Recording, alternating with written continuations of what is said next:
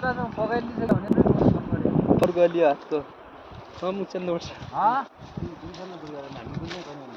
गेडा गुरोस हालेस् अनि घत हालेस् गेडा पकास भा गेडा खाने हो कति मासु खाने भनेर तिलकले अनि मेरो बुढीले म खान्छ भा छोरो म पनि मेरो बुढीले अर्डर गर्छु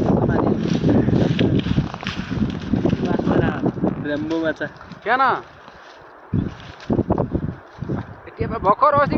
आज 7 दिन बिहान फेरि छुइभयो यस्तो तँ कहाँ कि त्यो महारानी हो त्यहाँ छुइने फुलफुल्यो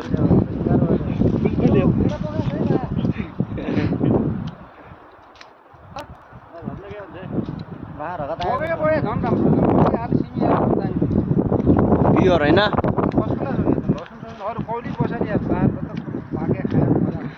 भाकेन भने नि दिन्छु